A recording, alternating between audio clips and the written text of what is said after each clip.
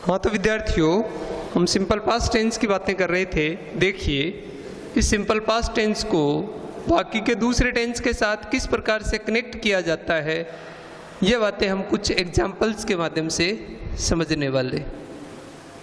Simple past tense स्वयं simple past से भी जुड़ता है,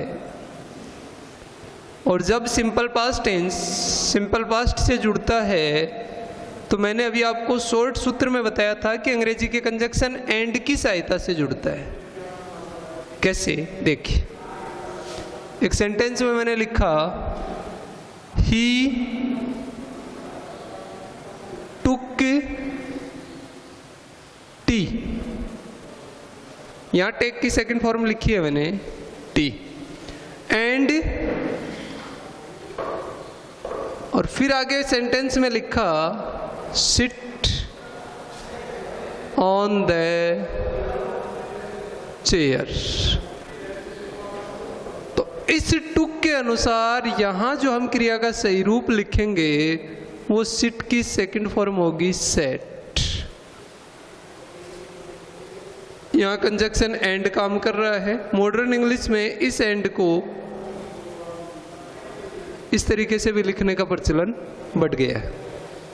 ठीक है। सेकंड सेंटेंस, सिंपल पास्ट का संबंध पास्ट कंटिन्यूअस टेंस से भी होता है, और पास्ट कंटिन्यूअस वाले वाक्यों में अंग्रेजी का जो कंजक्शन ज्यादातर काम में लिया जाता है वो क्या काम में लिया जाता है? व्हेन काम में लिया जाता है। कैसे? When I was talking him। तो आप यहां देख रहे हो कि सर ऑलरेडी पास्ट कंटिन्यूअस का यूज है।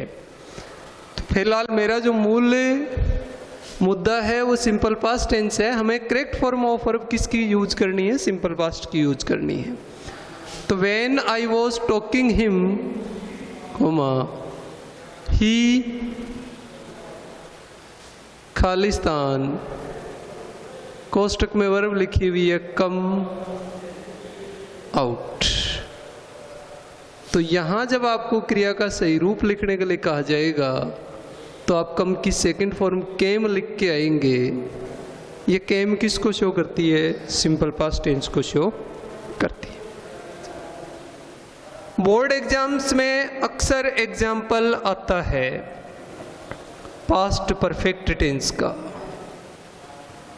और मैं पास्ट परफेक्ट टेंस बताऊंगा उस दिन एक बार फिर इसी बात को रिपीट करूंगा जिसे यहां पहले बता रहा हूं। पास्ट परफेक्ट टेंस में आप दो कंजक्शन पढ़ते हो, एक बिफोर और दूसरा आफ्टर। और मैंने एक छोटी सी ट्रिक बना रखी है जिसके माध्यम से मैं अक्सर बताता हूं कि बिफोर के बिफोर पास्ट परफेक्ट होता है, हेड प्लस वर्ब की थर्ड फॉर्म होती है। आफ्टर के आफ्टर पास्ट परफेक्ट होता है, अर्थात हेड प्लस वर्ब की थर्ड फॉर्म होती है। इस छोटे से सूत्र को अगर आप ध्यान रखते हो तो आपका पास्ट परफेक्ट टेंस सही हो सकता है। पास्ट परफेक्ट सही होता है तो मैं कहूँगा सिंपल पास्ट भी सही हो सकता है। कैसे sir?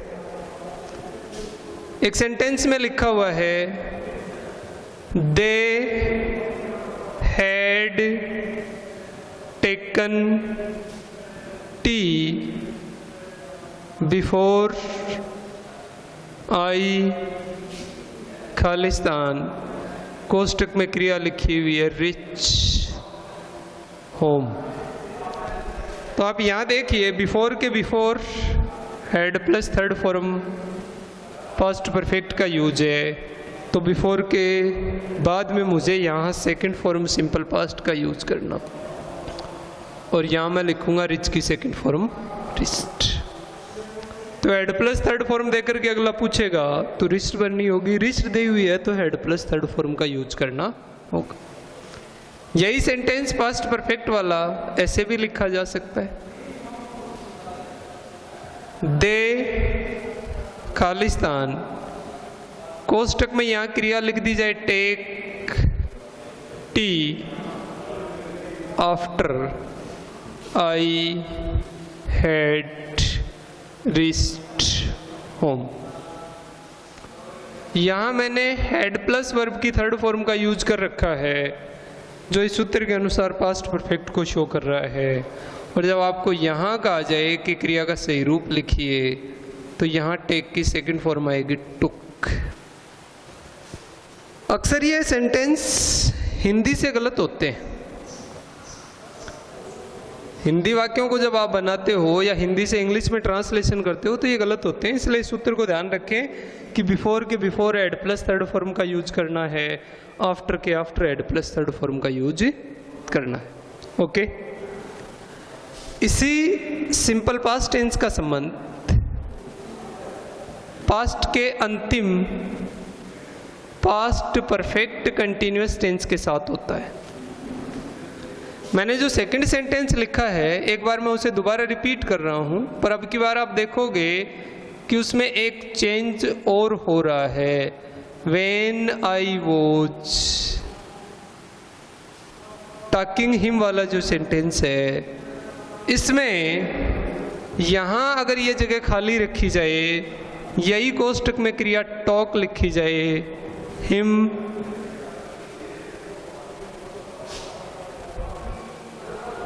for 10 minutes he came out।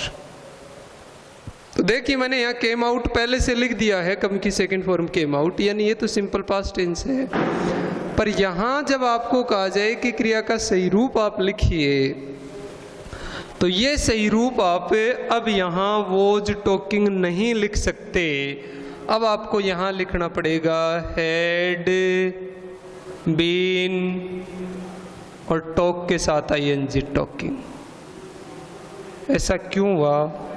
ऐसा इसलिए हुआ कि यहाँ पर मैंने टाइम और लिख दिया 4-10 मिनट्स। तो ये 4-10 मिनट्स एक्चुअल में किसको शो करती हैं? पास्ट परफेक्ट कंटिन्यूअस को शो करती है। इसी का एक एग्जाम्पल आप और देखिए और समझिए। एक वाक्य में मान लीजिए मैंने ये लिखा है, सी खालिस्तान, कोष्टक में यहाँ क्रिया है राइट ए लेटर,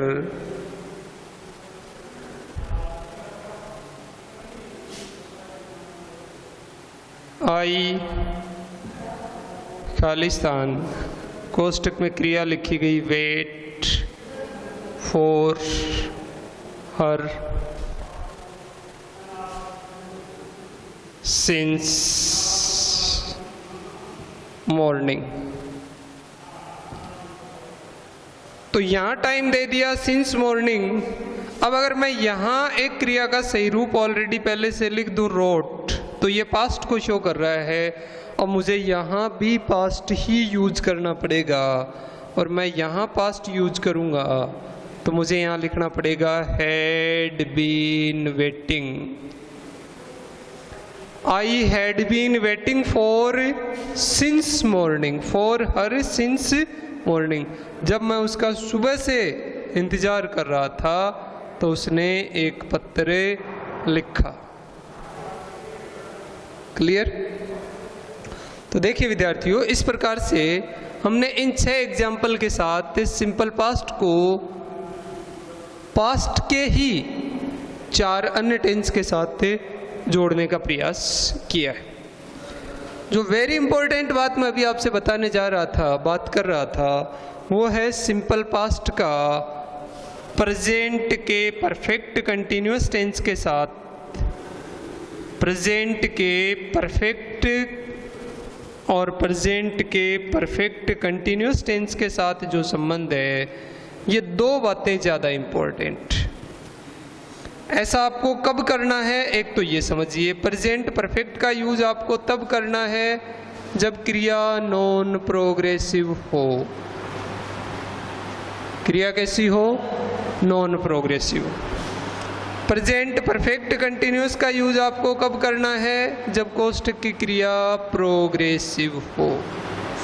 समझिए कैसे। ये नॉन प्रोग्रेसिव और प्रोग्रेसिव वाला क्या फंडा है, इसको थोड़ा आप समझने का प्रयास कीजिए। वैसे पढ़ा चुका हूं पहले आपको टेंस में। अगर कोष्टक में लिखी गई वर्ब नॉन प्रोग्रेसिव अर्थात आईएनजी नहीं ले सकती तो फिर हमें प्रेजेंट परफेक्ट का यूज करना पड़ेगा, और आईएनजी ले सकती है तो फिर हमें प्रोग्रेसिव का यूज करना पड़ेगा। कैसे सर? एग्जाम्पल देखिए, 7 नंबर पर लिख रहा हूं। एक सेंटेंस में मैंने लिखा है दे खालिस्तान। यहां अगर बात करूंगा तो मैं सिंपल पास्ट की बात करूंगा। Come out since I know him. ध्यान दे विद्यार्थियों, यहां ये जो सिंस है इसका अर्थ हिंदी में है जब से, तो इसके बाद आपको सिंपल पास्ट टेंस का ही यूज मिलेगा। तो यहां तो आप सेकंड फॉर्म भरोगे नो की न्यू, पर जब आप यहां क्रिया का सही रूप लिखोगे तो यहाँ क्या लिखना है वो आपको समझ में आना चाहिए। नॉन प्रोग्रेसिव क्रियाओं के साथ आपको यहाँ पर है क्या करना पड़ेगा, दे प्रेजेंट परफेक्ट में लिखोगे हैव कम, और नॉन प्रोग्रेसिव क्रियाओं के साथ अगर लिखोगे तो 8 नंबर पर बता रहा हूं दे खालिस्तान। कोष्टक में मान लीजिए मैंने यहां क्रिया लिखी नॉन प्रोग्रेसिव में, सॉरी गलत लिख दिया हमने। ऊपर वाले में हमें सही एग्जाम्पल में लिखना है दे हैव कम, और नीचे वाले में यही क्रिया अगर कम के साथ आएगी आउट सिंस आई। कोष्टक में यहां क्रिया राइट हिम, तो यहां जो आप क्रिया का सही रूप लिखोगे वो तो लिखोगे रोट, और यहां जो आप क्रिया का सही रूप लिख के आओगे उसमें लिख के आओगे हैव बीन कमिंग। ठीक है, तो इस तरह से हमारे सिंपल पास्ट टेंस का संबंध पास्ट के 4 टेंस के साथ साथ प्रेजेंट के इन 2 टेंसों के साथ भी होता है। नेक्स्ट वीडियो में हम बचे हुए सिंपल पास्ट टेंस के कुछ रूल्स और कुछ नियमों की बातें और करेंगे। धन्यवाद।